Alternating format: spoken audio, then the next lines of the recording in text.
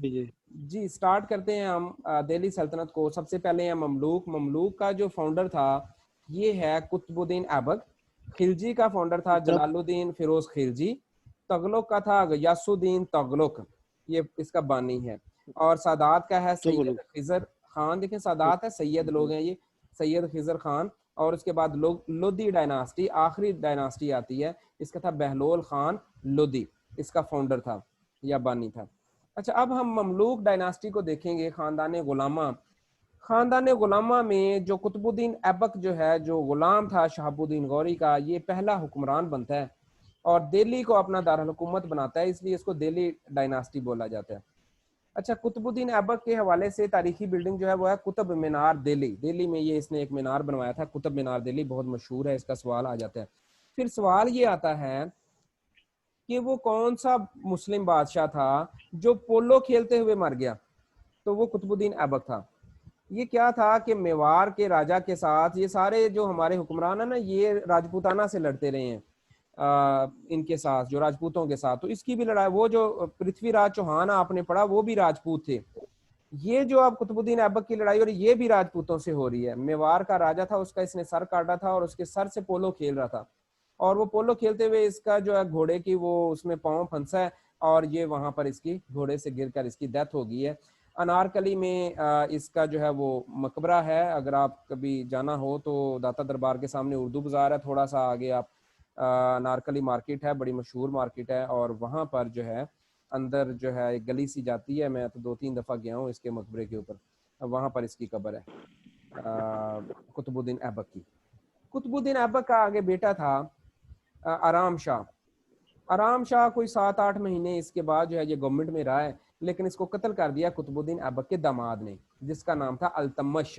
अल्तमश जो है ये फिर खुद जो है ये गवर्नमेंट संभालता है और 1211 से लेकर 1236 तक एक लंबा अरसा जो है वो अल्तमश गवर्नमेंट करता है। इसकी डेथ होती है तो इसकी बेटी आती है रजिया सुल्ताना।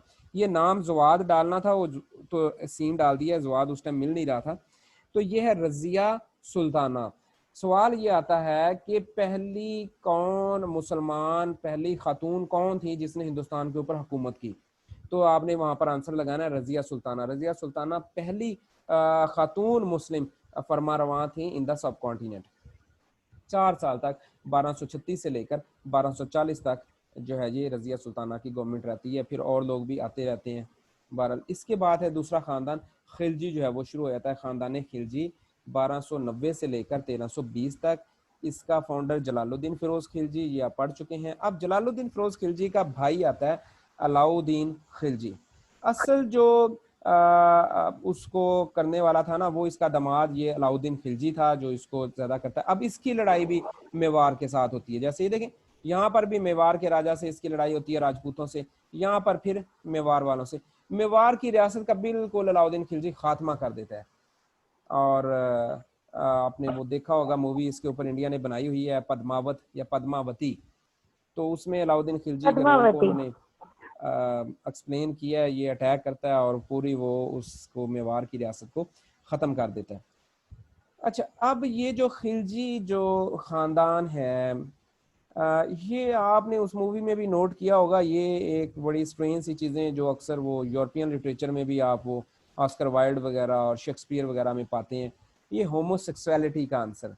यहाँ पर भी वही चीज़ है, आपने वो मूवी में भी देखा होगा, अलाउद्दीन खिलजी के साथ हमेशा एक वो एक बॉय जो है वो इसके साथ अटैच रहता है। तो यहाँ पर अब खिलजी खानदान में जो आखिरी इनका आता है मुबारक शाह खिलजी।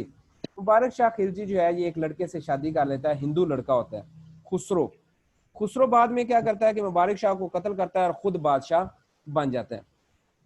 अब यहाँ पर इसका खानदान खिलजी का खात्मा हो जाता है। फिर ये जो है आपका खुसरो जो है इसको हटाकर तो ये तगलक आते हैं, ये गवर्नमेंट करते हैं। इनका असल जो है वो गयासुद्दीन तगलक है, इसका असल नाम पूछा जाता है अक्सर, गाजी मलक इसका नाम है, ये फाउंडर है 1321 से लेकर 1414 तक। अब इनके सिर्फ आपने फाउंडर ही याद रखनी है।